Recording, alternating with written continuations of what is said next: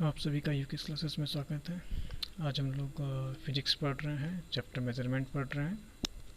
तो अभी तक हम लोगों ने मेजरमेंट चैप्टर में मात्रकों के बारे में अध्ययन किया है। मात्रकों की जो विभिन्न प्रणालियाँ हैं उनके बारे में अध्ययन किया, जैसे फ्रांसीसी सिस्टम के बारे में अध्ययन किया हम लोगों ने, फिर ब्रिटिश सिस्टम के बारे में अध्ययन किया, फिर मैट्रिक सिस्टम के बारे में अध्ययन किया, और फिर उसके बाद एसआई यूनिट के बारे में हम लोगों ने चर्चाएँ की। आज हम लोग जो है फंडामेंटल एंड डिराइव यूनिट्स के बारे में चर्चा करेंगे, यानी कि मूल मात्रक और व्युत्पन्न मात्रक के बारे में। इससे पहले हम लोग की फंडामेंटल और डिराइव के बारे में चर्चा करें, इससे पहले थोड़ा सा हम लोग मेजरमेंट के बारे में थोड़ा जान लेते हैं। तो किसी ऑब्जेक्ट का जो मेजरमेंट हम लोग करते हैं वो दो तरह से कर देते हैं।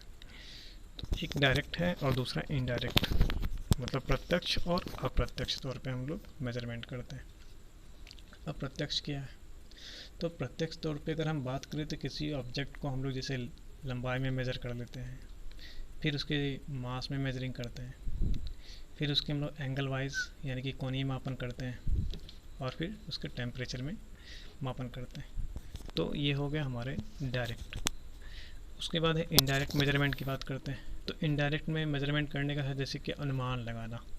जैसे किसी ऑब्जेक्ट को हम लोग देखते हैं और सीधा ही अनुमान लगाते हैं कि हाँ ये इसकी लंबाई चौड़ाई ये जो भी होगी वॉल्यूम वगैरह ये इतना होगा, या किसी चीज़ से उसकी तुलना करते हैं। तो ये हो गया इनडायरेक्ट। तो अब हम लोग डायरेक्ट के बारे में जो पहले प्रीवियस हम लोग चर्चा कर चुके हैं कि जैसे लंबाई में मापन कर लिए, मास में हम लोग मेजरिंग कर लेते हैं, कोणीय मापन करते हैं और टेम्परेचर में उसके मापन करते हैं।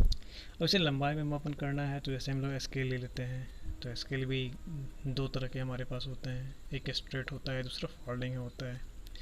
उसके बाद हम लोग लंबाई में जैसे कि लाइट ईयर में मेजरिंग कर लेते हैं, एस्ट्रोनॉमिकल यूनिट ही मेजरिंग करते हैं। और अगर कोई ऑब्जेक्ट वगैरह है जिनकी बहुत ही कम क्वांटिटी में अगर हमको मेजरिंग करना है तो उसके लिए हम लोग वर्नियर कैलिपर का इस्तेमाल कर लेते हैं। वैसे कोणीय मापन करना है किसी ऑब्जेक्ट का तो हम लोग ट्राई स्क्वायर से इस्तेमाल करते हैं, जैसे ट्राई स्क्वायर ले लिए, बेवल स्क्वायर ले लिए, या कॉम्बिनेशन सेट ले लिए, या प्रोटेक्टर ले लिए, या वर्नियर बेवल प्रोटेक्टर्स का इस्तेमाल कर लिए। तो इनसे हम लोग क्या करते हैं, किसी ऑब्जेक्ट की हम लोग एंगल को मेजरिंग करते हैं। और अगर टेम्परेचर को मेजरिंग करना है तो टेम्परेचर मेजरिंग करने के लिए हमारे पास में दो तरह के में थर्मामीटर है। तो हम लोग दो तरह के थर्मामीटर इस्तेमाल करते हैं। तो पहला जैसे क्लिनिकल थर्मामीटर एक हो गया, और दूसरा हो गया हम लोग लेबोरेटरी थर्मामीटर। तो इस प्रकार से हम लोग अलग अलग इंस्ट्रूमेंट से हम लोग मेजरिंग करते हैं। तो जिस इंस्ट्रूमेंट से हम लोग उसको मेजरिंग किए तो वो हो गया हमारा डायरेक्ट मेजरमेंट हो गया। तो ये मेजरिंग करने के हमारे पास में तरीके हैं। आज हम लोग जो चर्चा कर रहे हैं इसी के बारे में आगे हम चर्चा करें, जैसे फंडामेंटल और डिराइव यूनिट्स के बारे में। तो फंडामेंटल यूनिट क्या है? तो फंडामेंटल यूनिट है जो मूल मात्रक है। मूल मात्रक कहने का मतलब ये हुआ कि ये वैसे मात्रक हैं जो स्वतंत्र होते हैं, जिनको एक्सप्रेस करने के लिए किसी और दूसरे मात्रक की आवश्यकता नहीं पड़ती है। जैसे कि लंबाई है, लंबाई का मात्रक है, जैसे मीटर हो गया, और उसके संकेत हो गए मीटर, एम से डिनोट करते हैं हम लोग। उसके बाद द्रव्यमान है, द्रव्यमान को हम लोग किलोग्राम में मेजरिंग करते हैं, और इसका जो सिंबल है वो केजी है। इसी प्रकार से टाइम हो गया, टाइम को सेकंड से मेजरिंग करते हैं और उसको जो सिंबल है एस है। फिर टेम्परेचर है, इसको केल्विन में इसका मात्रक है, उसको कैपिटल के में डिनोट करते हैं। उसी तरह विद्युत धारा है, इसको एम्पियर में मेजरिंग का मात्रक हो गया और इसका जो संकेत है वो कैपिटल ए है। फिर ज्योति तीव्रता, ल्यूमिनियस इंटेंसिटी, इसको कैंडेला इसका मात्रक है और इसको सीडी से डिनोट करते हैं। फिर पदार्थ की मात्रा है, जिसको मोल्स मात्रक हो गया और इसको हम लोग मोल से डिनोट करते हैं। आखिर क्यों इसका इस्तेमाल करते हैं? टेम्परेचर हो गया, विद्युत धारा हो गया, ज्योति तीव्रता हो गया, पदार्थ की मात्रा हो गया, ये फंडामेंटल यूनिट बाद में आए।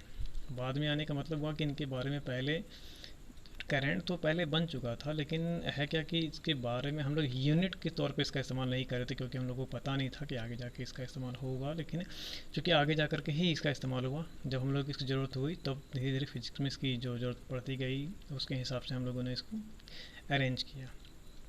क्योंकि जैसे कि अगर किसी ऑब्जेक्ट में अट्रैक्शन का या रिपल्सन का प्रॉपर्टीज आ रहा है, जिसका मतलब उसमें चार्ज आ रही है, तो आप चार्ज को कैसे मेजरिंग करेंगे? तो उसके लिए हम लोगों ने क्वांटिटी लगाया, उसी प्रकार से जैसे टेम्परेचर लाया, विद्युत धारा लाया, ठीक है, फिर मोल है, पदार्थ की मात्रा है। तो इस प्रकार से अलग अलग क्वांटिटी को हम लोगों ने वहाँ पर यूनिट्स को उसकी जो प्रॉपर्टीज़ के आधार पे या जिस प्रकार से अध्ययन करना है, तो सुटेबल अध्ययन हो सके, इस प्रकार से हम लोगों ने इसको लगाया। इसी प्रकार से हम लोगों ने कम्प्लीमेंट्री भी बाद में लगाए। कम्प्लीमेंट्री यहाँ पर जो यूनिट्स है उसका इस्तेमाल किए। तो कम्प्लीमेंट्री जैसे इसे समतलीय कोण है, तो समतलीय कोण यानी कि सॉलिड एंगल है, सॉरी प्लेन एंगल। तो प्लेन एंगल को जो मात्रक है वो रेडियन है, उसको संकेत हम लोग आर ए डी से करते हैं। और एक है फिर हमारा सॉलिड एंगल, जैसे कि सॉलिड एंगल हो गया, जैसे कि हमारे जो जितने भी जैसे घन हो गए, घन है और घनाभ है या सिलेंडर हैं, तो इनमें जो बनने वाले कोण हैं उनको हम लोग सॉलिड एंगल कहते हैं। तो इसको हम लोग जब मात्रक है उसका स्टेरेडियन है और इसका जो सिंबल है वो ऐसा है। तो ये है हमारे फंडामेंटल यूनिट्स। तो फंडामेंटल यूनिट्स जो है हमारे 7 हैं और कम्प्लीमेंट्री हमारे पास में 2 हैं। अगर टोटल अगर हम बात करें कि कुल मात्रक कितने हैं, तो कुल मात्रक हमारे पास में 9 हो जाते हैं, लेकिन अगर सिर्फ फंडामेंटल की बात करें तो हमारे पास में 7 ही हैं। अब हम बात करते हैं डिराइव यूनिट्स के बारे में। तो डिराइव यूनिट्स क्या हैं? तो ये वो यूनिट्स हैं जो फंडामेंटल यूनिट्स की सहायता से एक्सप्रेस किए जाते हैं। तो ऐसे यूनिट को हम लोग क्या कहते हैं? डिराइव यूनिट कहते हैं। जैसे इसका जो मात्रक है, जैसे कि क्षेत्रफल है, क्षेत्रफल को लंबाई गुना चौड़ाई लिखते हैं। वेग को विस्थापन बटे समय कहते हैं, जैसे कि हम लोगों ने प्रीवियस हम लोगों ने डायमेंशन के बारे में पढ़ा था। तो लंबाई गुना चौड़ाई यानी कि एम स्क्वायर यानी कि मीटर इंटू मीटर। इस प्रकार से वॉल्यूम का आएगा तो metre into metre into metre, तो मीटर क्यूब हो जाएगा। तो कहने का अर्थ यहाँ पे ये हुआ कि यहाँ पे फंडामेंटल यूनिट की सहायता से ही हम इसको रिप्रेजेंट कर रहे हैं। तो रिप्रेजेंट कर रहे हैं किसके सहायता से? फंडामेंटल यूनिट की मदद से कर रहे हैं, इसलिए इसको हम लोग क्या कहते हैं? डिराइव यूनिट कहते हैं।